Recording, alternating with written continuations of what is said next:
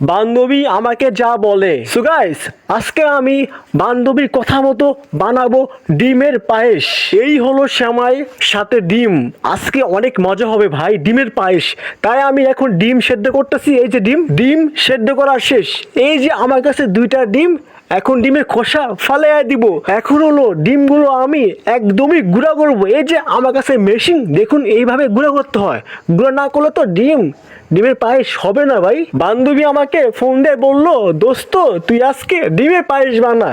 তাই শুনে আমি বান্ধবী কথা মতো আমি ডিমের পায়েস বানানো শুরু করছি। এই যে দুধ দেওয়ার পর এখন দেব চিনি।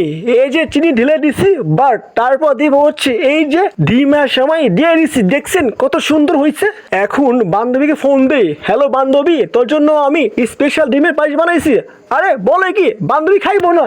যাই হোক, এই যে দেখেন ডিমের পায়েস কত সুন্দর হয়েছে ভাই। বিসমিল্লাহ বলে এখন খাওয়া শুরু করমু।